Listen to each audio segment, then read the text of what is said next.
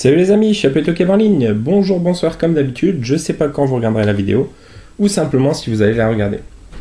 Et ben on se retrouve aujourd'hui pour une réponse à une sorte de réponse à mon ami Mademoiselle Latino, donc Mélissa. Ton top 10 de films d'enfance pour Halloween m'a beaucoup plu. Donc je me suis dit que j'allais faire le mien également. Voilà, ces derniers temps c'est moi qui ai lancé des tops et tu t'amuses tout le temps à répondre. Ou très souvent je trouve ça vachement cool, donc je vais en faire autant. Donc on commence sans plus tarder avec le numéro 1. Enfin non, le numéro 10, on va aller dans le sens inverse. Donc le numéro 10, qui est Le Manoir Hanté, les 999 fantômes, donc avec Eddie Murphy.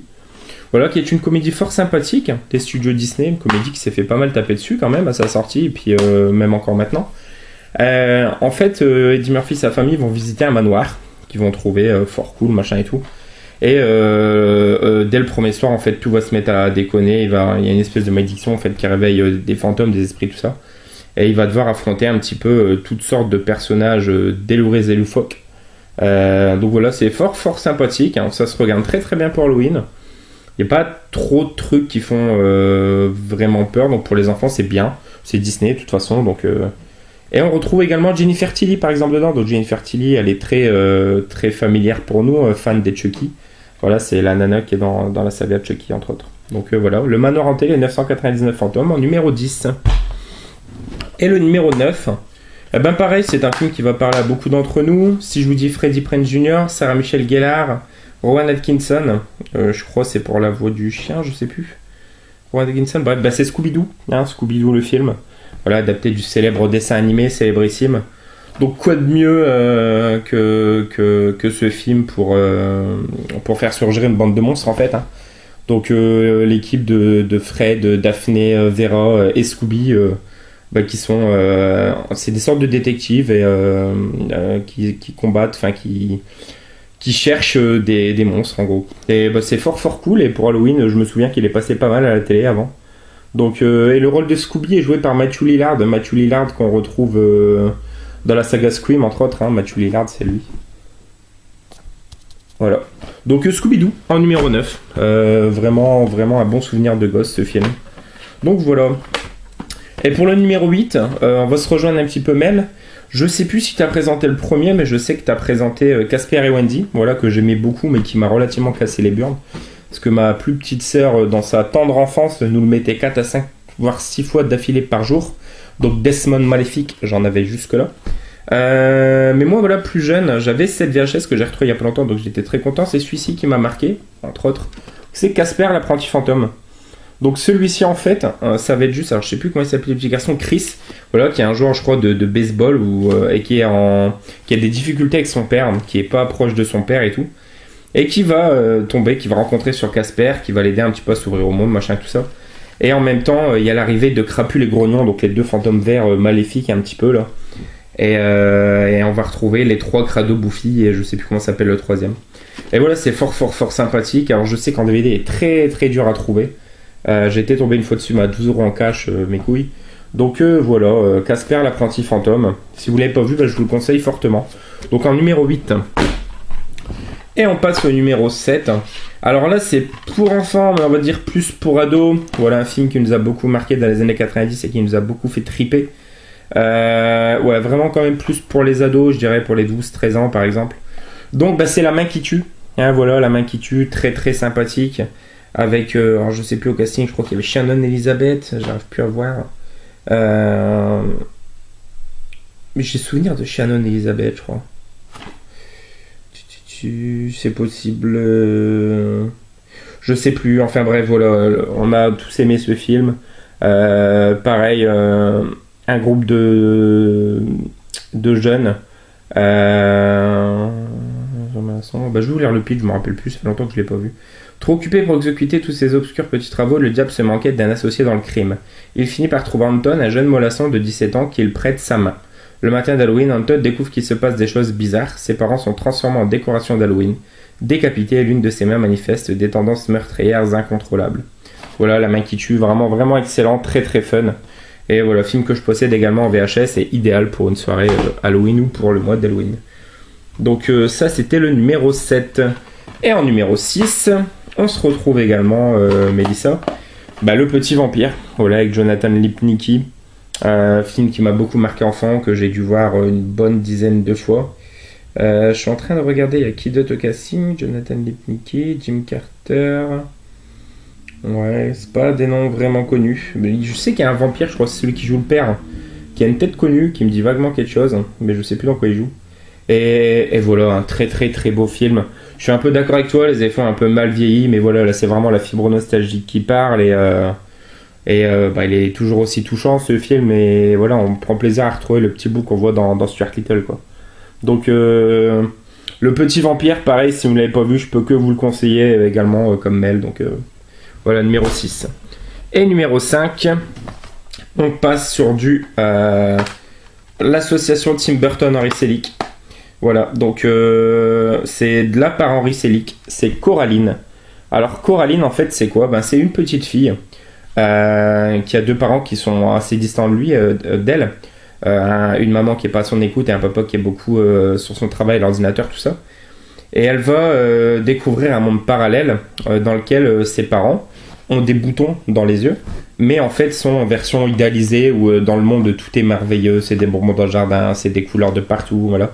Mais c'est une sorcière un petit peu qui dirige ce monde, et donc c'est un peu de la poudre aux yeux qui lui est lancée, elle va s'en rendre compte. C'est vraiment magnifique, on retrouve vraiment toute l'esthétique de Henry Selick pour l'étrange de Monsieur Jack, mais voilà, de Tim Burton, et je crois que c'est aussi la musique, je me demande si c'est pas Danny Elfman. La musique, c'est pas Danny Elfman, mais ça fait très Danny Elfman. On retrouve vachement l'univers Burton, donc vraiment un excellent, super beau film. Coraline, je vous le conseille également si vous l'avez pas vu. Ça, c'était le numéro 5. 4, 3, 2, 1. Le numéro 5. Et en numéro 4, c'est là que je te retrouve également, Mélissa. Frankenweenie, voilà, que j'avais vu au cinéma à sa sortie. Savoir que Tim Burton, quand il a débuté par un petit court-métrage qui s'appelait Vincent, de 7 minutes, mettant en scène un personnage fortement inspiré de Vincent Price, d'ailleurs c'est sa voix, et également un court-métrage de 26 minutes, donc un Frankenweenie, mais en version film, avec Daniel Stern. Alors Daniel Stern, c'est celui qui met à couler les robinets qui forment les casseurs flotteurs dans Maman j'ai raté l'avion, entre autres, ou Arius, si tu passes par la vidéo, c'est un des trois larrons dans La Ville Amour les Vaches. Donc voilà. Et donc Frankenweenie, c'est une adaptation en film noir et blanc qui est juste magnifique. Excellentissime. La musique est très très belle également. Là, pour le coup, on retrouve Danny Elfman. Et voilà, pareil, énorme hommage à Frankenstein et au film des Universal Monsters, donc je vous invite fortement à le voir également. C'est vraiment génial. Donc Frankenweenie. Et on passe au numéro 3. Et le numéro 3, voilà, étant fan de Tim Burton, Halloween c'est la période propice pour parler de Burton, mais je parle que des films animés. Je ferai prochainement une vidéo sur l'intégrale Burton, justement. Donc en numéro 3, voilà, c'est Les Noces Funèbres, adapté d'une nouvelle russe, qui est pas tout à fait le même titre, je crois. Je sais plus c'est quoi, je l'avais étudié d'ailleurs en russe. Avec les voix de Johnny Depp et Helena Bonham Carter, donc Madame Burton.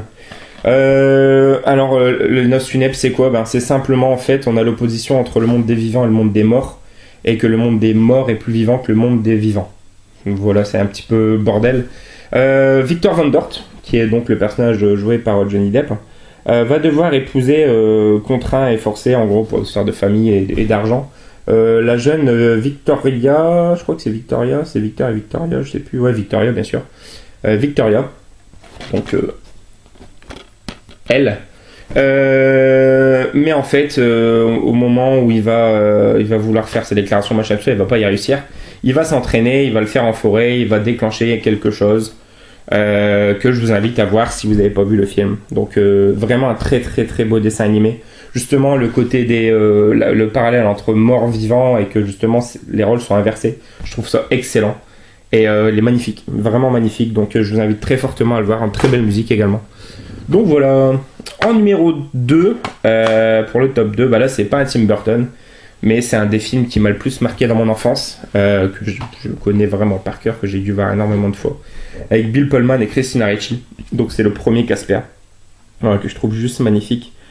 Il y a un petit côté très froid, surtout la scène où elle est en extérieur, elle est assise sur le toit juste après sa fête là. Où c'est un petit côté malsain, un petit peu pas très bien. Mais le film en lui-même est génialissime quoi. Pareil, je pense qu'il n'y a pas beaucoup du groupe et de ceux qui regardent la vidéo qui n'auront pas vu ce film, mais si vous ne l'avez pas vu, ben, je comprends même pas qu'est-ce que vous attendez. Coupez ma vidéo, allez voir Casper et venez, on en reparle après. Donc voilà Casper en numéro 2, un de mes plus beaux souvenirs d'enfance. Et pour le numéro 1, voilà, je pense que j'ai parlé de Burton, ceux qui me connaissent savent déjà ça va être quel film en numéro 1. Pour la petite anecdote, c'est vraiment le film qui m'a donné goût au cinéma. Je l'ai vu en 95. Il est sorti, je crois, en 94 ou 93 au cinéma. Je l'ai vu l'année de la diffusion, donc l'année d'après à Canal+. Juste après un petit court-métrage animé, je sais plus c'est trop quoi, avec un chat, une grenouille, c'est un truc un peu bizarre.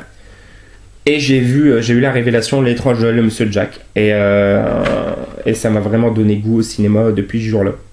Donc L'étrange Noël de Monsieur Jack, j'ai décidé de prendre la VHS parce que voilà, justement, c'est objet nostalgie par excellence. Donc L'étrange Noël de Monsieur Jack, Jack Skellington, qui est le roi de Halloween Town, ville qui toute l'année organise Halloween forcément.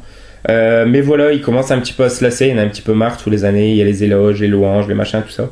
Et un soir, un peu comme les autres, il va s'égarer en pleine forêt et il va tomber sur des âmes mystérieux, notamment un avec un sapin de Noël. Il va se retrouver propulsé au milieu du monde féerique qu'est Noël. Il va découvrir un petit peu justement ce qu'est le Père Noël ou le Père Soleil. Et il va décider de kidnapper et prendre sa place pour une année, de fêter lui Noël. Et voilà, pareil, si vous ne l'avez pas vu, je vous invite très fortement à le voir. C'est pas de Tim Burton, c'est de Henry Selick. Tim Burton n'est que producteur. Et voilà, il a fait tout le taf, c'est lui qui l'a fait, le stop motion avec les jambes des personnages, tout ça. Donc voilà. Donc si vous n'avez pas vu L'étrange de Monsieur Jack, ben pareil, je vous invite très fortement à foncer. Donc c'est tout pour cette vidéo. Ben, j'espère que ça vous aura plu, j'espère que ça t'aura plu, Mélissa notamment. Je vous invite un petit peu tous là sur le groupe Tanguy, Thomas, Vincent, Valentin, non Valentin, Vincent, je sais plus de vidéo.